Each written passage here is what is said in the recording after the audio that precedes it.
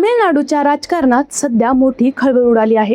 मुख्यमंत्री विजय यांच्या सरकारमधील आमदारांना कोट्यवधी रुपयाचं आमिष दाखवून सरकार पाडण्याचा प्रयत्न झाल्याचा गंभीर आरोप करण्यात आला आहे।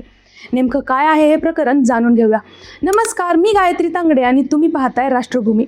तामिळनाडूमध्ये मुख्यमंत्री विजय यांच्या नेतृत्वाखालील सरकार विरोधात आमदार फोडण्याचा प्रयत्न झाल्याच्या आरोपामुळे राज्याचं राजकारण तापलं आहे।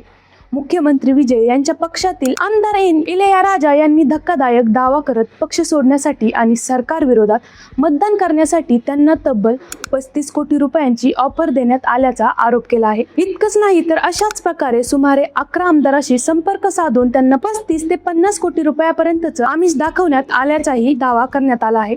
या आरोपानंतर पोलिसांनी तातडीने तपास सुरू केला। सुरुवातीला 3 जणांना अटक करण्यात आली। त्यानंतर तपासाचा विस्तार करत आणखी 5 संशयितांना ताब्यात घेण्यात आलं असून या प्रकरणात आतापर्यंत एकूण 8 जणांची चौकशी सुरू आहे। या कथित आमदार फोडीच्या प्रकरणात काही राजकीय नेत्यांची नावही समोर आल्यामुळे राज्यातील राजकारण आणखी तापलं आहे। मात्र तपास यंत्रणांनी अद्याप कोणत्याही मोठ्या राजकीय नेत्याविरोधात अधिकृत आरोप निश्चित केले नाहीत। दरम्यान विरोधी पक्षानेही पलटवार करत मुख्यमंत्री विजय यांच्यावर गंभीर आरोप केले आहेत।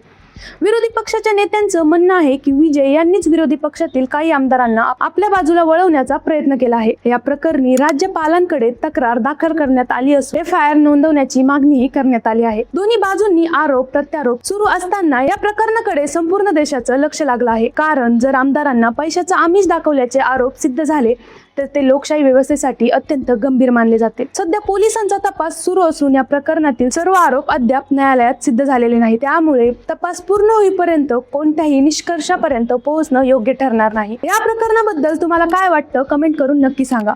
हा व्हिडिओ आवडला असेल तर लाईक करा, शेअर करा आणि सबस्क्राईब करायला विसरू नका।